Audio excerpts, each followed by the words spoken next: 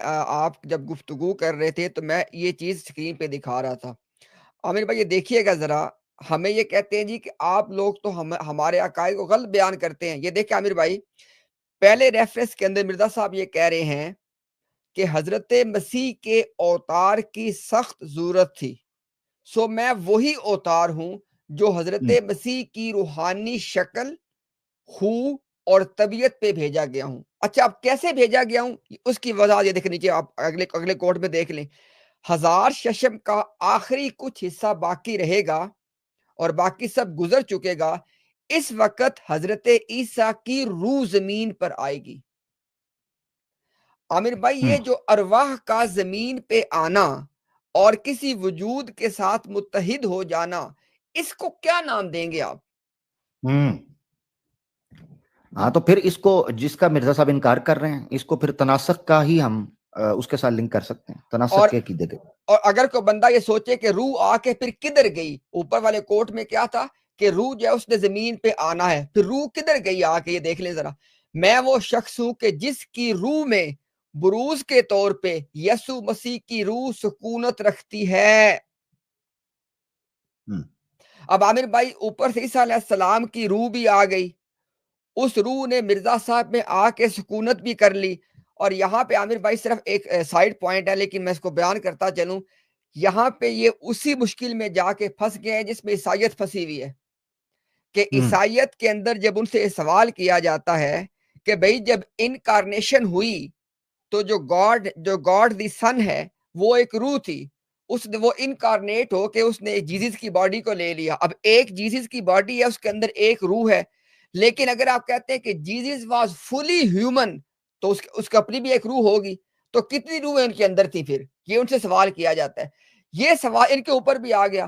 اب مرزا صاحب چونکہ خود ایک اس سے پہلے دیکھے کہہ چکے, میں وہ دکھا بھی دیتا ہوں. مرزا صاحب نے کہا کہ میں جو ہوں نا معجون مرکب ہوں کچھ روحوں کے میرے اوتار کے طور پہ. یہ میں نے یہ دیکھے, چون کا مربع. ہاں یہ دیکھیں, انہوں نے کہا کہ میں 2 لوگوں کا بروز ہوں, بروز عیسوی ہوں اور بروز محمد ہوں. حوالہ آپ کے سامنے دیکھیں موجود ہے, اور کہتے ہیں میں ایک معجون مرکب ہوں. اب عامر بھائی ہمیں مرزا صاحب نے خود وضاحت کر کے بتا دیا کہ میں عیسیٰ علیہ السلام کا بروز کیسے ہوں, کہ ان کی روح زمین پہ آئی اور وہ روح میرے میں رکھتی ہے سکونت.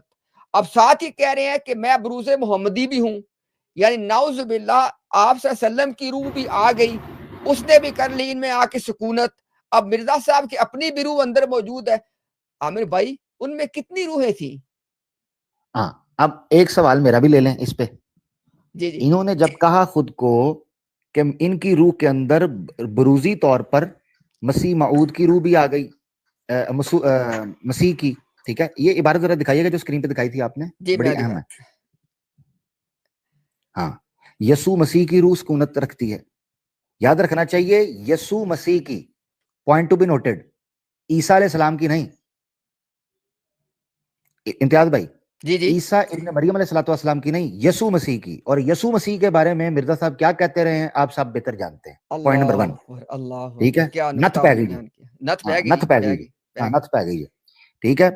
تو یسوع مسیح کی روح کے بارے میں کیا مرزا صاحب کہتے رہے ہیں, یسوع مسیح کے بارے میں کیا کہتے رہے ہیں, اور مرزا صاحب کے اندر یسوع مسیح کی روح تھی نہ کہ عیسیٰ ابن مریم کی. Point number 1. دوسرا پوائنٹ لے لیں جی. دوسرا نقطہ یہاں پر یہ نکلتا ہے, مرزا صاحب نے خود کو یسوع مسیح کا یا 1 منٹ کے لیے عیسیٰ ابن مریم کا بروز کہہ دیا. بروز, ایک طرف کہتے ہیں میں مسیح ہوں, ایک طرف کہتے ہیں بروز ہوں. اب میں چیلنج کرتا ہوں جماعت احمدیہ کے مربیوں کو کہ اس پر آ کر ہمیں جواب دے جائیں کہ مرزا غلام احمد قادیانی مسیح تھا یا بروز مسیح. زبردست, اس پہ چیلنج ہے, زبردست, ٹھیک ہے جی. اب یہ فرق ہم ان سے پوچھیں گے, اور اگر یہ نہ بتا پائے تو ہم ان کے سامنے حوالہ رکھ کر پوچھیں گے کہ بلا بتاؤ ان دونوں میں باہم اختلاف یا امتیاز نہیں, تضاد ہے. تضاد, ایک چیز بیک وقت کیا مسیل اور بروز ہو سکتی ہے. آؤ میدان کے اندر مربیوں آپ سے بات کرتے ہیں. عامر بھائی ایک صرف اس میں بات انشاءاللہ دوبارہ اس کو ریپیٹ کر کے نا انشاءاللہ شاہ صاحب کی طرف چلتے ہیں. عامر بھائی یہ میں کہتا ہوں کہ ہماری ساری باتوں کو بھول جاؤ بھائی, آپ صرف یہ بتا دو یہ کیا چیز ہے, یہ کیا ہے. مرزا صاحب یہ کہہ رہے ہیں کہ آ حضرت صلی اللہ علیہ وسلم کی روحانیت نے جواب دیا کہ دیکھو میں بروز کے طور پہ آتا ہوں اور ملک ہند میں آؤں گا۔ اب سب لوگ جانتے ہیں کہ مرزا صاحب ایک بات ثابت کرنا چاہتے تھے۔ کیا بات ثابت کرنا چاہتے تھے؟ کہ نعوذ باللہ نبی پاک صلی اللہ علیہ وسلم ایک مرتبہ دوبارہ تشریف لائے ہیں ملک ہند کے اندر، یہ اس نے بات ثابت کرنی تھی۔ اب نہ یہ بات قرآن میں تھی نہ یہ بات حدیث میں تھی۔ یہ دیکھو احمدیو آپ کے سامنے مرزا صاحب نے فی البدی جھوٹی بات گھڑ کے سرکار دو عالم پہ منسوب کر دی۔ اب دیکھیں ہمیں گالیاں نکالنے سے پہلے ایک سٹیپ ذرا بیک لے لو اور اپنے آپ سے ایک سوال کرو، کس کا تو بڑا آسان حل ہے، اپنے مربی کے سامنے احترام کے ساتھ جا کے بیٹھو، اسے کہو کہ بھئی مجھے وہ حدیث دکھائیں یہاں پہ نبی پاک صلی اللہ علیہ وسلم نے فرمایا کہ میں بروز کے طور پہ آتا ہوں اور ملک ہند میں آؤں گا۔ بھئی اگر یہ بات سرکار نے فرما دی ہے تو پھر کون ہے جو ہمت کرے گا زبان کھولنے کی؟ لیکن اب دیکھیں نا، اپنے مطلب کی بات جب نہ قرآن سے ملی نہ حدیث سے ملی تو ہمارے آقا و مولا اتنا بڑا جھوٹ باندھ دیا۔ احمدیو رستے آپ کے پاس دو ہی ہیں، یا تو مربی سے اس حدیث کا مطالبہ کرو، اگر وہ دکھا دے پھر ہمیں گالیاں نکالو، ہمیں جھوٹا کہو، جو کہنا ہے کہو، پھر آپ کا حق بنتا ہے۔ اگر مربی آپ کو نہ دکھا سکے، اللہ کا واسطہ دے کے درخواست کر رہے ہیں بھائی، آخرت ایک حقیقت ہے، جس آدمی نے جاگنا ہے نا، جس کی آنکھ کھلنی ہے، خدا کی قسم اس کو یہ ایک بات کافی، اگر مرزا غلام احمد قادیانی اتنا دن دہاڑے سرکار دو عالم کا نام لے کے اتنا بڑا جھوٹ بول سکتا ہے تو کیا آپ کل قیامت کے دن اس کے ساتھ ہو کہ آپ کا ٹھکانہ پھر کہاں ہوگا؟